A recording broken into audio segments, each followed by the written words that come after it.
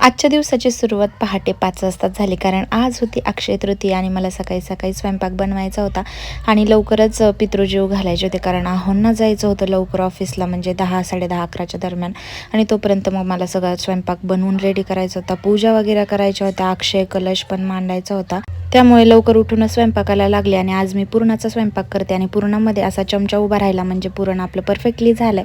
आणि इथे मस्त पुरण वगैरे दळून घेतलं. त्यानंतर घेतला आंब्याचा रस बनवण्यासाठी. सीझनचा पहिला आंब्याचा रस आमच्या घरात अक्षय तृतीयेलाच बनतो, कारण त्या अगोदर आम्ही आंबे खात नाहीत, कारण सासू सासरे दोघंही नाहीत आणि त्यांना खाऊ घातल्याशिवाय आपल्याला खाण्याची परमिशन नसते. त्यामुळे तर आज पहिल्यांदा पहिला आमरस बनतोय.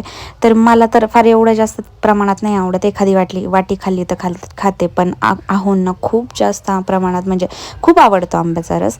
त्यामुळेच मग आज तर खूप एक्सायटेड होते मी आंब्याचा रस बनवण्यासाठी. त्यामध्ये दूध वगैरे घालून केला तर खूप छान टेस्ट लागते. त्यानंतर मग आहोंनी हार आणले होते स्वामींच्या फोटोसाठी आणि अण्णाईच्या फोटोसाठी सुद्धा आणले होते. स्वामींच्या फोटोचा अगोदर घालून घेतला, त्यानंतर अण्णाईंच्या फोटोला घातला, त्यांची पूजा वगैरे केली आणि त्यानंतर मला अक्षय कलश मांडायचा होता ना, तर तो मी मांडला.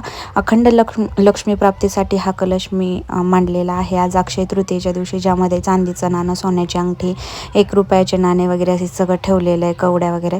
त्यानंतर मग अण्णाईंच्या फोटोंना नैवेद्य दाखवून घेतला. पुरणपोळीचा स्वयंपाक होता टोटल.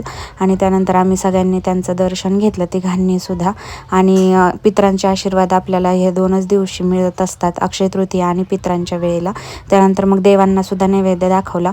तर पितरांच्या वेळेला तर देवांना नैवेद्य नसतो, पण अक्षय तृतीयेच्या दिवशी देवांना नैवेद्य दाखवला जातो. तर त्यानंतर हे बघा, असं आहे आजचं स्वामींचं लूक. आणि त्यानंतर मग जेवणाचे ताटं वगैरे केले आणि त्यांना जेवायला बसवलं.